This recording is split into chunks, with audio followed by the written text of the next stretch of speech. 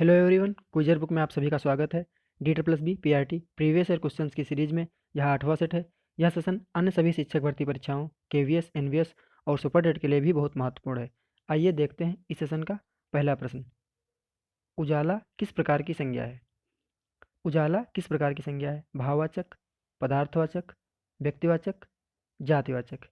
इस प्रश्न का सही उत्तर है विकल्प 2, पदार्थवाचक। उजाला पदार्थवाचक संज्ञा है। चलते हैं अगले प्रश्न पर।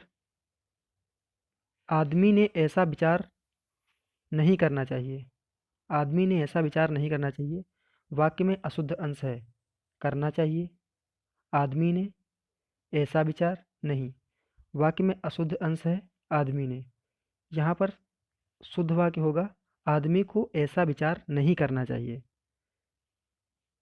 चलते हैं अगले प्रश्न पर। निम्न में कौन सा शब्द देशज है?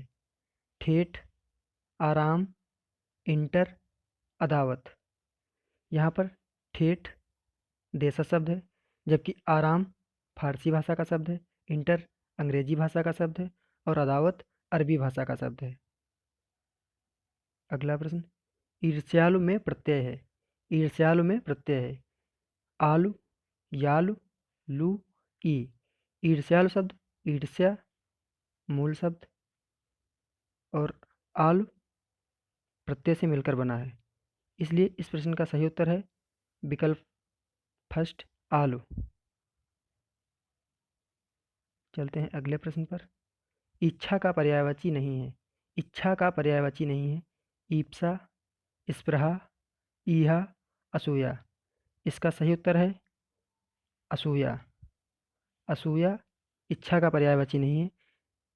असूया का अर्थ होता है ईर्ष्या, जबकि अन्य दिए गए सभी विकल्प ईप्सा, स्पृहा, ईहा इच्छा के पर्यायवाची हैं। अगला प्रश्न। निम्न में से तत्सम शब्द कौन सा है? निम्न में से तत्सम शब्द कौन सा है? 90, नग्न, नाक, नया। इसका सही उत्तर है नग्न। नग्न यहाँ पर तत्सम शब्द है, जबकि दिए गए अन्य सभी विकल्प 90, नाक, नया तद्भव शब्द हैं। अगला प्रश्न। इनमें से कौन सा शब्द तद्भव है? इनमें से कौन सा शब्द तद्भव है? जुष्ट, टूटना, निर्झर, जीर्ण। इसका सही उत्तर है टूटना। टूटना यहाँ पर तद्भव शब्द है, जबकि अन्य सभी विकल्प जुष्ट, निर्झर, जीर्ण तद्भव शब्द हैं। चलते हैं अगले प्रश्न पर। जो खाने योग्य ना हो, जो खाने योग्य ना हो के लिए एक शब्द होगा। प्रदूषित, दूषित, खाद्य, अखाद्य। इसका सही उत्तर है अखाद्य। जो खाने योग्य ना हो उसके लिए एक शब्द होता है अखाद्य, और जो खाने योग्य हो उसके लिए एक शब्द होता है खाद्य। अगला प्रश्न। आचार का विलोम होगा अनाचार, समाचार, प्रचार, विचार। इसका सही उत्तर है अनाचार। आचार का अर्थ होता है आचरण, जबकि अनाचार का अर्थ होता है दुराचरण या खराब आचरण। चलते हैं अगले प्रश्न पर। प्राचीन किस प्रकार का विशेषण है? प्राचीन किस प्रकार का विशेषण है? परिमाणबोधक, गुणवाचक, सार्वनामिक, संख्यावाचक। यहाँ पर प्राचीन शब्द से किसी संज्ञा या सर्वनाम के गुण का पता चलता है, इसलिए प्राचीन एक गुणवाचक विशेषण है। चलते हैं अगले प्रश्न पर। संयोग में उपसर्ग है सन, स, योग, सम। संयोग शब्द सम उपसर्ग और योग मूल शब्द से मिलकर बना है, इसलिए इस प्रश्न का सही उत्तर है विकल्प 4, सम। चलते हैं अगले प्रश्न पर। बेखटके में कौन सा समास है? बेखटके में कौन सा समास है? द्वंद्व, द्विगु, अव्ययीभाव, तत्पुरुष। इसका सही उत्तर है अव्ययीभाव। बेखटके में बे अव्यय है, इसलिए यहाँ पर अव्ययीभाव समास होगा। बात करते हैं अव्ययीभाव समास की, तो अव्ययीभाव समास में प्रथम पद अव्यय या उपसर्ग होता है और उस प्रथम पद का अर्थ प्रधान होता है। अगला प्रश्न।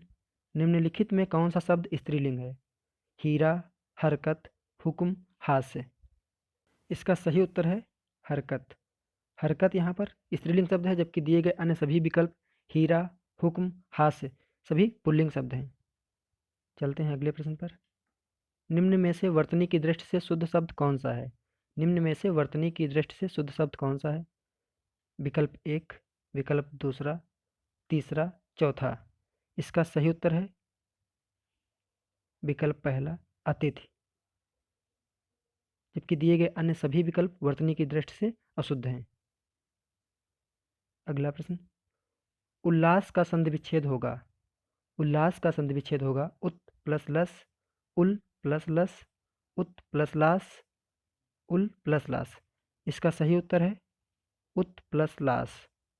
अगर यहाँ पर बात की जाए कि उल्लास में कौन सी संधि होगी, तो उल्लास में ता व्यंजन और ला व्यंजन का मेल हो रहा है, इसलिए यहाँ पर व्यंजन संधि होगी। व्यंजन संधि में व्यंजन और व्यंजन का मेल होता है। अगले प्रश्न पर चलते हैं। यहाँ से सभी प्रश्न गद्यांश से संबंधित हैं।